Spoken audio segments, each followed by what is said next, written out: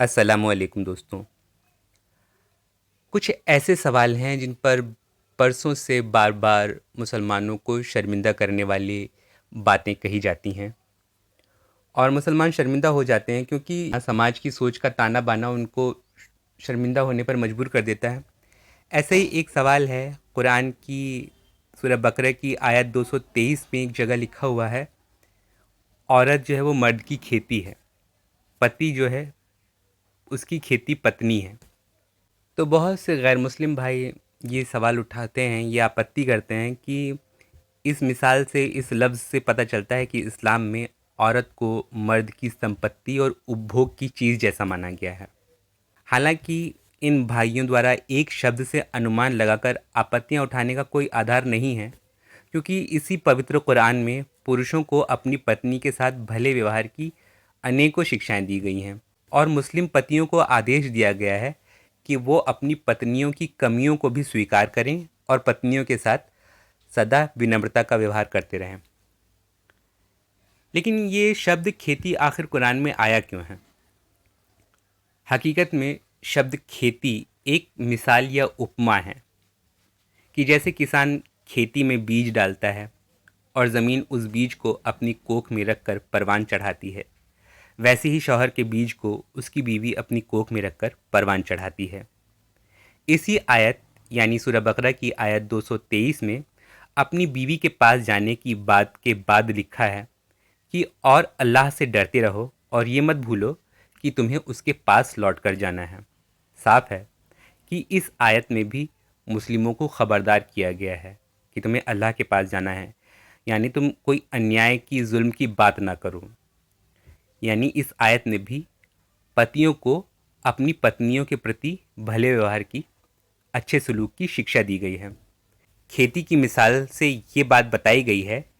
कि पत्नी के साथ पति को इसलिए भी भला व्यवहार करना चाहिए और पत्नी के अधिकारों का सम्मान करना चाहिए क्योंकि पत्नी उसकी संतान को जन्म देती है, और पुरुषों को अपनी पत्नियों के अधिकारों का सम्मान इसलिए भी करना चाहिए क्योंकि इंसानी नस्ल की ज़िंदगी में पत्नी का एक बहुत अहमियत भरा, एक बहुत अहम रोल होता है। वो पत्नी ही होती है जो पति की संतान को अपनी कोख में संभाले रखती है और तकलीफ़ें उठाकर संतान को जन्म देती है। पत्नियों के साथ भले व्यवहार की शिक्षा देते समय खेती की मिसाल देने से हमको ये बात भी समझ में आती है कि जिस तरह किसान अपनी खेती की हिफाजत करता है, उसे मौसम के हर बुरे असर से बचाए रखता है, खेती अच्छी बनी रहे इसलिए उसको बेहतर खुराक दिया करता है, इसी तरह शौहर को भी अपनी बीवी की भलाई का ख्याल रखना चाहिए, उसकी भावनाओं का ख्याल रखना चाहिए, उसकी सेहत का ख्याल रखना चाहिए और हर तरह से भरपूर ख्याल रखना चाहिए। एक पुरुष को अपनी पत्नी की हर तरह से हिफाजत करनी चाहिए, जैसे एक किसान अपनी खेती की हिफाजत करता है। अपनी पत्नी को कठिनाइयों से बचाना चाहिए क्योंकि पुरुष शारीरिक दृष्टि से ज़्यादा शक्तिशाली होता है, इसलिए अल्लाह ने पति पर अपनी पत्नी की सुरक्षा की और भरण पोषण की जिम्मेदारी सौंपी है। इस आयत द्वारा कहीं स्त्रियों के अधिकारों का हनन या किसी प्रकार से किसी का अपमान होता हो, ऐसा कहीं प्रतीत नहीं होता। वैसे मुझे इस बात पर भी हंसी आती है कि कुरान की हर आयत को वैज्ञानिक आधार पर गलत बताने की कोशिश करने वाले इस आयत यानी सूरह बकरा की आयत 223 पर वैज्ञानिक पहलू से नज़रें चुराकर मुहावरे का पहलू, और वो भी गलत ही क्यों देखने लगते हैं। वैज्ञानिक नज़रिए से देखें तो ये आयत आपत्ति करने की नहीं बल्कि आश्चर्य करने की है कि 1400 साल पहले जब इंसान जीव प्रजनन और पादप जनन यानी खेती में कोई समानता नहीं देखता था, बल्कि जब दुनिया पेड़ पौधों में जीवन के अस्तित्व को नहीं मानती थी, वो नहीं समझती थी कि पेड़ पौधे भी हमारी तरह जिंदा हैं, तब कुरान में ये कैसे बता दिया गया कि जिस तरह ज़मीन से एक पौधा उगता है उसी तरह माँ की कोख से एक बच्चा जन्म लेता है। आज विज्ञान भी इसी बात को मानता है कि जिस तरह माँ की कोख से बच्चा पोषण खींचकर बनता और जन्मता है, यानी बच्चे को अपना निर्माण के लिए हर एक पौष्टिक तत्व माँ की जिस्म से खींचना होता है, माँ के खून से, माँ के जिस्म में गए खाने से जितना भी पौष्टिक तत्व माँ ने लिए हैं, वो तमाम पौष्टिक तत्व जब एक भ्रूण खींचता है उसको विकसित होता है और माँ के पेट से जन्म लेता है। उसी तरह पौधा भी है, जो ज़मीन में एक बीज डाला जाता है और ज़मीन की मिट्टी से पौष्टिक तत्व खींचकर वो पौधा ज़मीन से उगता है और धीरे धीरे पेड़ बनता है। तो ये बिल्कुल एक समानता वाली बात है, लेकिन उस दौर में नहीं समझा जाता था कि पेड़ में भी जीवन है और पेड़ किस तरह से उगता है।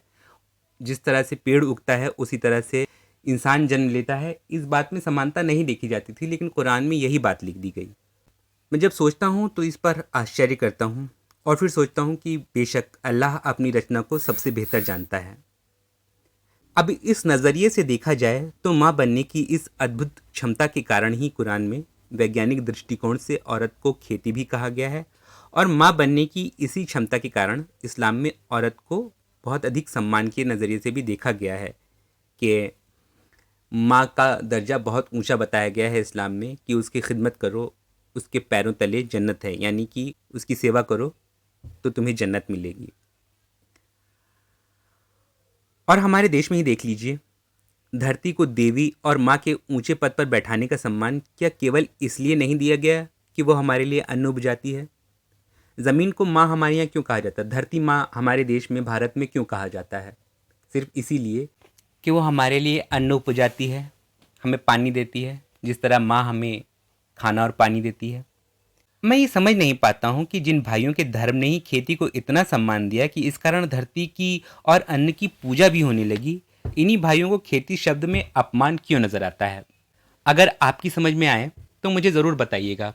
वैसे मुझे इस शब्द में कोई अपमान नज़र नहीं आता, बल्कि इस शब्द में कुछ ऐसे इशारे नज़र आते हैं जिससे पुरुषों की नज़रों में औरतों का सम्मान कुछ और बढ़ ही जाता है। शुक्रिया।